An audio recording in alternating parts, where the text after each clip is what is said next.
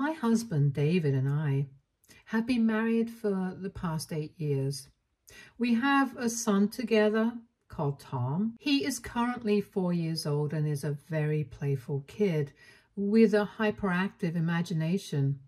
Tom has always been close to me and is a bit of a mama's boy, which I don't mind at all, since I know as soon as he turns into a teenager, he will have his own interests and may not want to spend as much time with me anymore. David and I are excellent partners, and over the years we have perfected our routine in taking care of the house, Tom, as well as have fulfilling careers of our own. Honestly, this harmony between us has been possible because I thought I had a very respectful and communicative husband like David. So you would imagine that I have nothing to complain about on Reddit, right? Well, I am making this post today on my husband's sister, Kathy. Now, I don't want to start off by showing my bias towards her, but let's just say that Kathy is extremely difficult to get along with. She has always been ice cold towards me right from the start, and this behavior has remained the same even though I and David have now been married for a very long time. I remember during the beginning of our dating phase, David told me that his parents would easily approve of me, but that his sister Kathy would definitely grill me because she has always been very protective of him. Well, as it turns out, he was right. The first night we met with her, she asked me a bunch of questions about my family, my childhood, and about my siblings. No matter what I answered, she seemed unimpressed and had her nose up in the air the entire time. She would also randomly bring up David's exes in the middle of our conversation and compare them to me as if it were the most normal thing to do.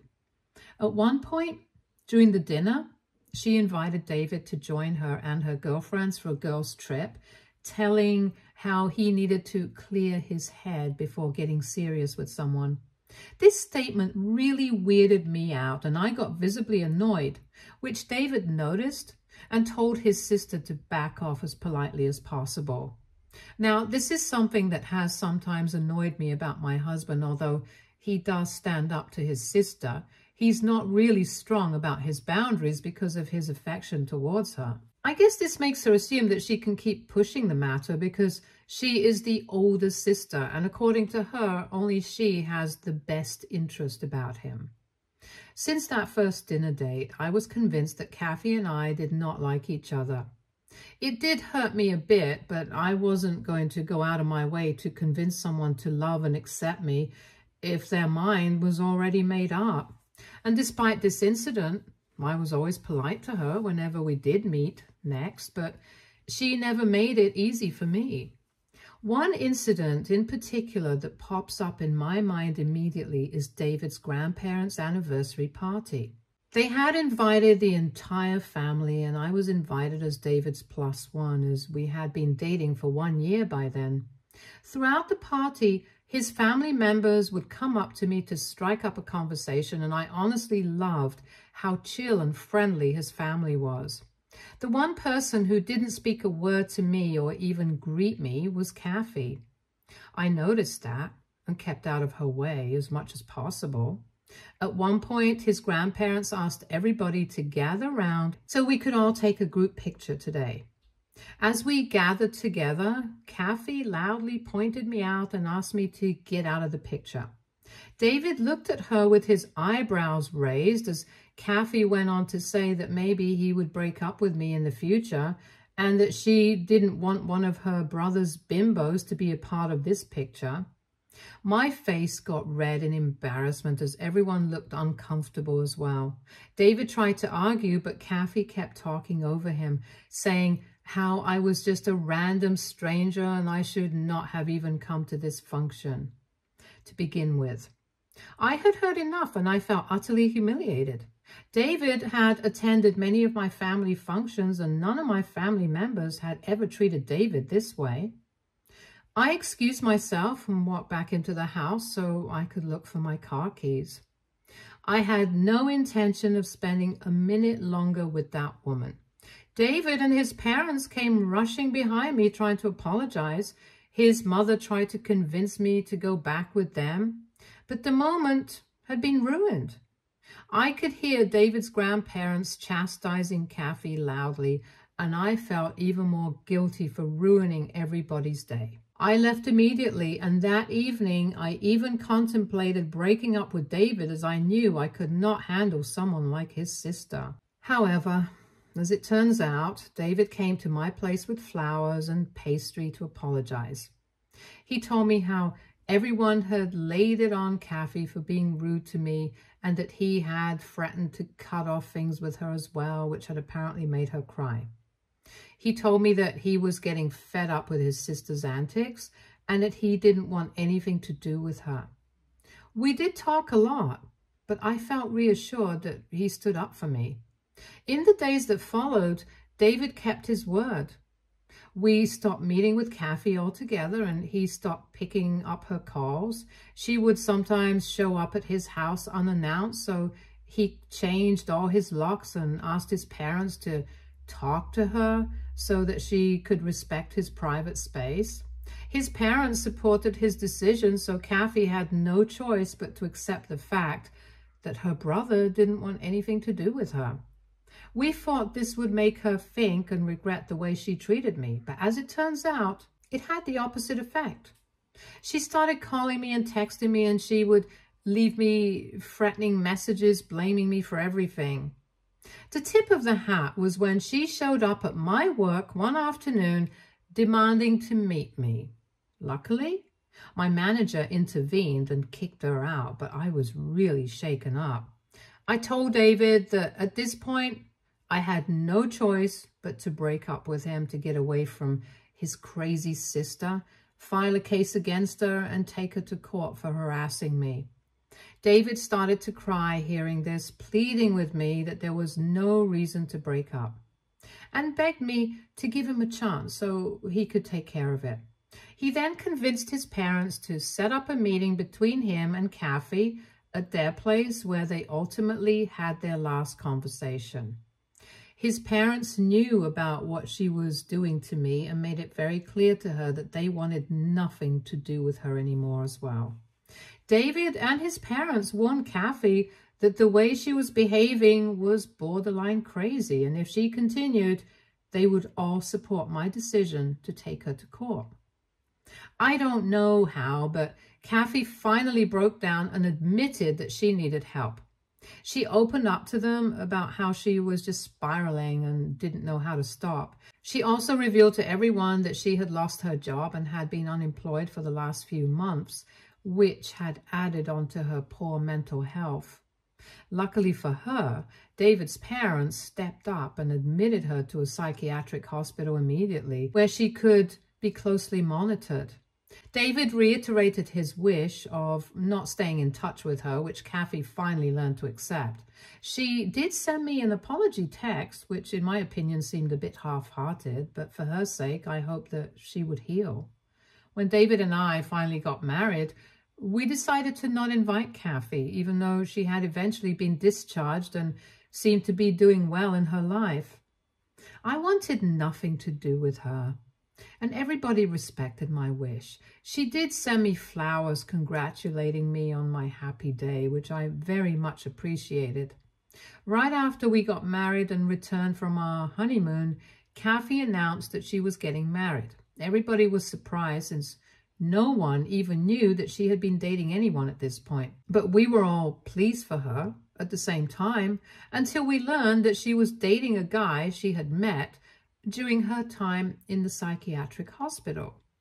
Now, just to give you all the full context, this guy, James, was schizophrenic and an alcoholic who had volatile tendencies, according to his doctors. Understandably, David and Kathy's parents were a bit worried when they found out. Kathy announced to everyone that her marriage would take place the next month, and she wanted only David to be there and not me. I kind of expected it, and it made me relieved that she had not invited me, as it saved me the time to come up with an excuse for not attending. However, my husband felt offended that his sister just invited him and not me, so he did not attend the wedding as well. Those who did end up attending their wedding later told us what a nightmare the event was. It turns out that Kathy and James were totally wasted during the ceremony and could not even properly repeat the words after the priest. During the reception, James kept drinking and got so blackout drunk that he started to rip open his shirt and pants while everyone just stared at him in horror. Being schizophrenic, James did not like the staring and immediately attacked the server at the event, who was just an innocent bystander screaming about how the server looked suspicious and was hiding something. James's family eventually calmed him down and convinced the server not to press any charges against James by paying him off. However, this incident understandably scarred everyone, and we all felt quite worried about Kathy's safety. If James could attack a random stranger, then what was the guarantee that he would not attack her? David and his parents did try to get Kathy to talk to her privately about her husband's strange behavior, but Kathy seemed convinced that she could change him and make him all right. No matter how much her parents tried to tell her about the red flags, she seemed convinced that James would never harm her in any way. I wish I could write here that she was right, but as you can already expect, James treated her exactly like everybody warned her about. Over the years, David and his parents tried to stay in touch with Kathy, but James would knowingly cut off her contact with anybody and prevent her from talking to anyone. We could not file a case against him because Kathy refused to accept any help. On 2 occasions, we heard that police were called to their place because the neighbors could hear them arguing and getting physically violent with each other. Despite everything, Kathy never budged and seemed convinced that he was the one for her. 4 years ago, I got pregnant with Tom, and everyone was overjoyed with happiness. For my baby shower, I wanted Kathy to be a part of the celebration, so we sent her an invitation. We never got any reply back from her, which worried us, so David decided to drive to her place to check up on her. Turns out, James had completely cut her off from any communication with us and had thrown away our invitation so she would not even find out.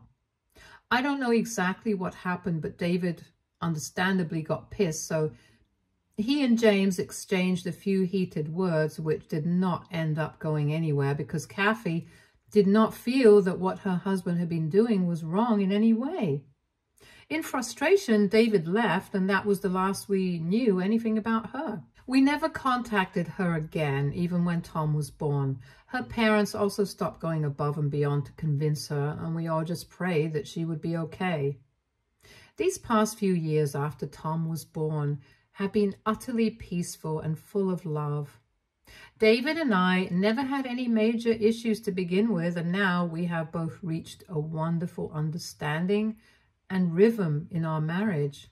Tom is a very curious kid, and he keeps us busy with his antics. David's parents visit us every weekend so they can babysit for a few hours while David and I have our weekly date night. It gives us some time off while the grandparents spend quality time with Tom.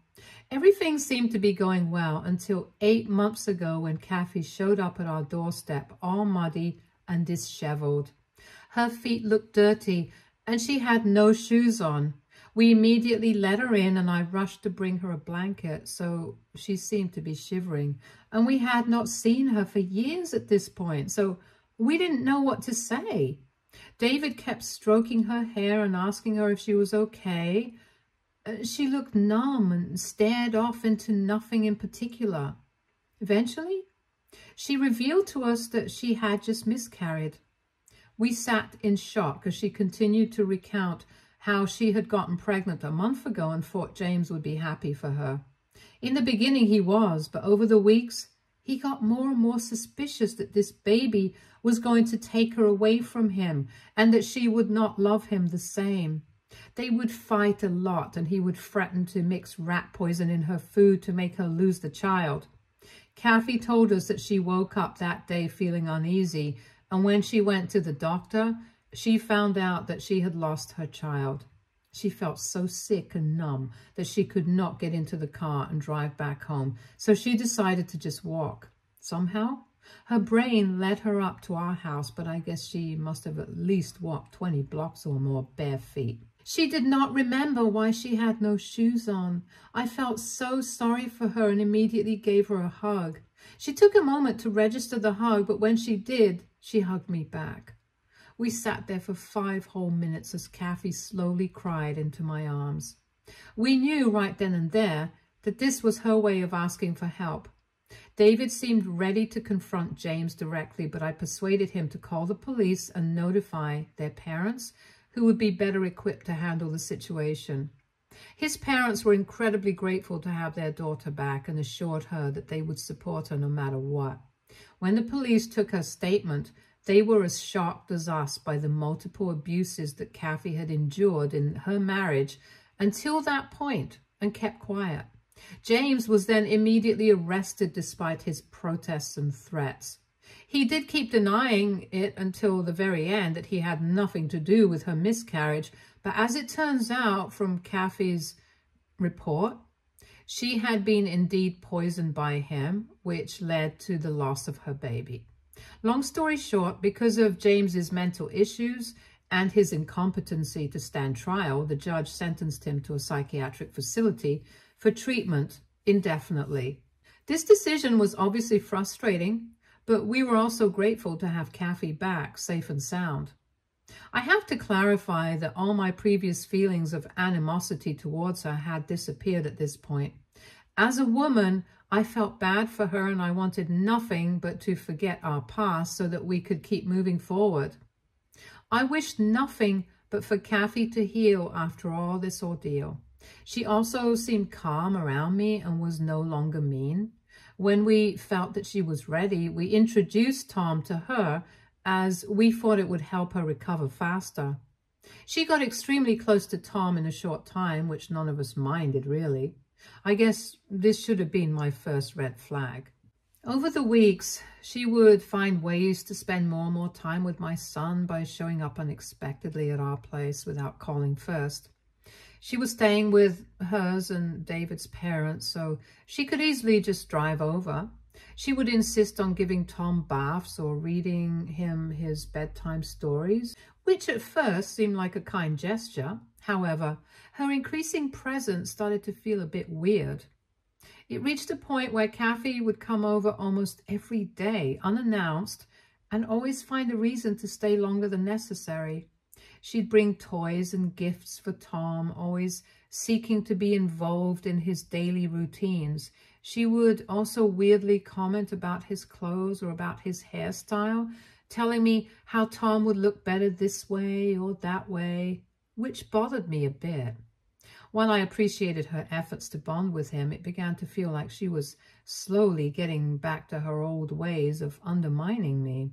However, this time, instead of her brother, it was about my son, and my mama bear instinct kicked in. I talked to David, who assured me that maybe I was just overthinking and that his sister was just trying to cope with her pain. He reminded me how she had just lost her child, which made me feel guilty, so I decided to just let her be. If taking care of my son made her feel happy for a few minutes, then what's the harm here, right? As the days went on, I tried my best to be accommodating with her presence in our house constantly. She started to look after Tom every day when we were at work and would even take him to play at the park in the evening. Sometimes when I would come back home, I would notice how my son did not show the same enthusiasm for me anymore as he always did. He never ran up to greet me anymore and would look at me curiously. After Kathy would leave, I would try to talk to Tom about the day and if he had any troubles with Kathy around, but he would not participate much in the conversation. My son, who was always joyful around me, seemed sad and less enthusiastic. As his mother, I felt really worried about the change in my son's behavior, but whenever I tried to talk to my husband about it, He would gently tell me that I was just thinking too much about trivial things. David would try to assure me that it was all in my head and that Tom was just growing up. However, the nagging feeling inside my head kept bothering me, so I talked to one of my co-workers about it, who gave me the brilliant plan that I could buy nanny cams from Amazon and install it in my son's room and our living room to keep an eye on Tom. This was an ingenious idea, and I bought 2 cams immediately. I never told David about this, as I did not want him to dismiss my feelings yet again. Yesterday, I came back home, and after Tom went to bed, I decided to check the nanny cams I had set up. David was watching TV downstairs, so I sat in my study room to watch the video, which had audio as well. At first, it was just Kathy taking care of Tom and playing around with him. She seemed really good with children. However, imagine my surprise when I saw Kathy bring out a book from inside her purse, which was not something I had noticed before. Generally, we have age-appropriate books to read for our son in his room, but this book was different. She read the book to Tom before his nap time in the afternoon. As I listened to her reading the story, I realized the story was about adoption and how a mother sometimes gives up her child to another mother to be taken care of. As Kathy kept reading the story to my son, she would add in how this is why she had left Tom behind in my care all those years ago, because she wasn't ready then. My eyes widened in horror as she went on to tell my child that no matter what happens, she will always remain his real mother, and that no one could love him more than her. She kissed his forehead and left him to take his nap. My hands shook in anger as I finally understood the crap she had been feeding my son for God knows how long, which had clearly made my son behave weirdly around me. This poor child must be feeling terribly confused and just did not know what to believe. I was ready to storm downstairs and ask my husband to never let his sister inside our place ever again, but something stopped me. Instead, I decided to take the day off so I could spend some alone time with my son and find out what exactly Kathy has been telling him to brainwash him. When I told Kathy today that she did not have to come over and babysit, she freaked out, insisting that she loved spending time with my son. I firmly told her to back off and that I wanted the day with my child.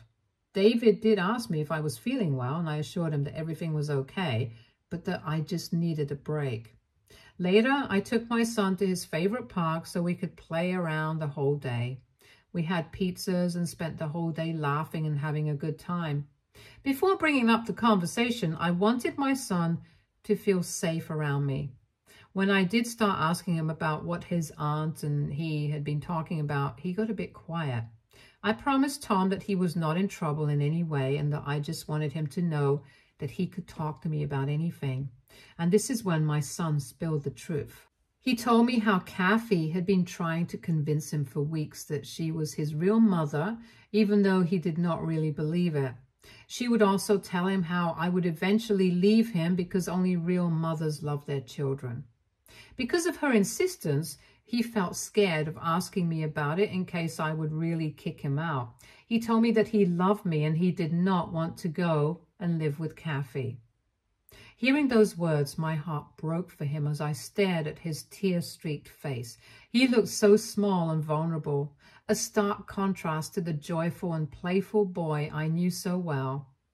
I knelt down to his level, gently took his hands in mine, and assured him that everything was going to be okay. We would get through this together, no matter what. I hugged him tightly, feeling the weight of his fears and pain. I felt like a loser for having failed to protect my son from this psycho. I assured him he had nothing to worry about and that me and David would take care of this. However, my son then informed me that David already knew about all this. I asked him what he meant, and he said, "I asked Daddy, he knows about this, but he told me not to tell you anything." The blood drained from my face as I realized that my husband, despite finding out what his sister was up to, had chosen to protect her instead of our son. He already knew about everything. I could not let my son around these people anymore.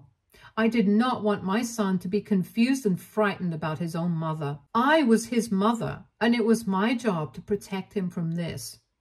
I quickly drove home and packed our bags. I told my parents I was coming over to their place, and if David asked, we would tell him that I missed them and wanted to spend time with them. Luckily for me, my parents are very supportive, so they did not even hesitate to say yes. As I'm writing this, I've already talked to my parents about everything, and they are as shocked as me about what Kathy has been telling my son. David did call me when he must have returned home to an empty house, but I tried to sound as normal as possible, telling him that I needed a break from our place and my work. He did sound curious, but I assured him that I would stay with my parents for just a few days. We seldom fight, so I guess he didn't think much about it, even though my behavior must have seemed strange to him. I am so conflicted right now. I have no idea what I should do. How should I be confronting this situation? AITA for distancing my son and me from my husband's crazy sister? Update 1. Wow. I woke up to almost 600 plus comments under my post. I can't believe so many people even use Reddit and have come across my post. I have used all fake names in my story, so hopefully none of David's family members find out that this is about him. Also, to those people who are dragging me in the comments for not talking to my husband about this first, I assure you that I would have definitely talked to my husband had my son not told me that he had tried to talk to David about this when he first found out. Call it my mother's instinct, but the fact that my husband knew for weeks about how differently my son had been behaving with me, but would gaslight me continuously, goes on to show that a confrontation with him would not have led to anything constructive. I also wanted to take my son immediately out of that situation, and he is now much safer with my parents here. No psycho can feed him lies, and that's all that matters. Kathy has tried to get in touch with me several times, sending me multiple messages insisting that she needs to meet my son and how much she misses him. I plan on putting an end to this once and for all in the upcoming family get-together at David's parents' place this coming weekend. This get-together has been planned for weeks in advance by me, as David's grandparents are visiting, and I thought we could all spend some quality time together. However, in light of recent events, I plan on using this opportunity to speak my truth and make sure that Kathy comes nowhere near my son ever again. Update 2. I'm back with an update. I finally confronted David and Kathy as planned during their family get-together. I was so nervous before going, but I decided to take the Nanny cam recording with me so I could have legitimate proof to show everyone. Without going into too much detail and just getting straight to the point, I did call out Kathy in front of everyone during lunch. She looked shaken up and tried to laugh it off as if it wasn't a big deal. And then I showed her the Nanny cam and told her how I had recorded what she had told my son. I watched the color drain from her face as I then sent the video to the family group chat so everyone could see what I was talking about. Her parents were horrified as they watched her trying to convince my son that she was his real mommy. After this, I confronted David and told him how he failed to protect our son.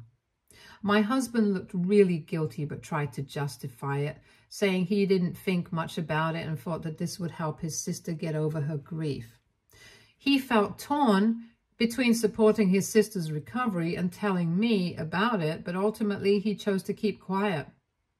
I informed him that because of his actions, I did not trust him anymore and could not let my son around him or his family ever again. For the first time in a long time, I watched my husband break down in tears, but I did not budge from my decision. I informed him that I couldn't have my son grow up in a family where his dad refused to stand up for him just to protect his mentally ill sister. David and Kathy's parents and grandparents apologized to me and assured me that they would make sure that Kathy came nowhere near our son ever again. Kathy looked utterly humiliated but didn't even have the shame to apologize once. David kept justifying his actions, but I paid no heed. I left shortly after this confrontation as my work here was done and I wanted nothing to do with either of them anymore. Update 3. I see some of you are confused with my decision, so I just wanted to clarify. Yes, I plan on divorcing my husband. I know many of you wanted me to give a second chance to my husband as this wasn't entirely his fault, and I do agree. David is a good man. However, a good man doesn't automatically make him a good father. Just because he and I never had any issues doesn't mean he was a good father to Tom. He should have nipped this from the beginning when our son came to him with doubts instead of spending weeks trying to cover it up and gaslighting me. Both me and my son can't trust him anymore. I welcome Kathy back into my life with open arms after what she went through because as a woman, I felt sorry for her, but in the end, she proved exactly why I never liked her in the first place. I understand the abuse Kathy went through was extremely traumatic for her, but that doesn't mean that our son should have to pay for it. She was a grown-ass woman who clearly had mental issues to begin with, but we thought she had gotten better. However, what really surprised me was my husband. The fact that he would choose her mental well-being over our son's proves why he should never be around Tom. He was always such a supportive husband, and I thought I could trust him. But since what happened with Kathy, he clearly wanted to protect her more than us. I promise that from now on, I will protect my son no matter what happens. I am confident I can get full custody of my son if I expose his family history during the custody battle. Stay tuned for more stories from Argo Relationships.